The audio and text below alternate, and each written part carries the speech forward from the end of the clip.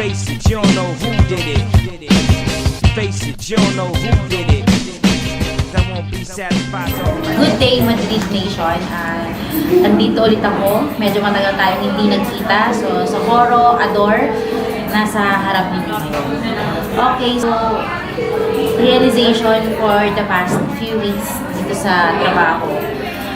Actually, yung tip ko sa inyo, nanggaling ko sa realization ko for the past weeks.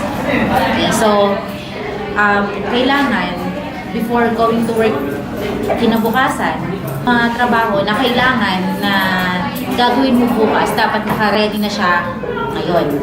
Dapat naka-ready na siya mamaya bago ka umalis ng office. Kasi minsan, pagpasok mo ng umaga, it will take time pa para isipin mo kung ano yung mga gagawin mo bukas.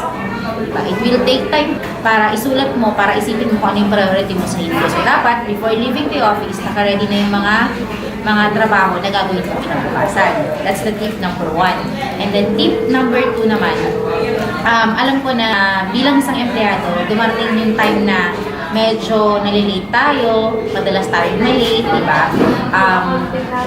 Ang tip doon is gumising ng mas maaga pa, 15 to 30 minutes ng dating gising. Kunwari, gumigising ka talaga ng 6 o'clock. So, gawin mo siyang kahit 5:45, 5:30 para maiwasan ang late at yung maging hassle ka pag umaga. Mahirap kaya yung nakapagpabulan, mahirap yung nag-worry na anak ko baka malate ako. Mas masarap yung feeling na pagpapasok ka, alam mong hindi ka late. That's my work tip for today and nanggaling yun sa realization ko for the past weeks.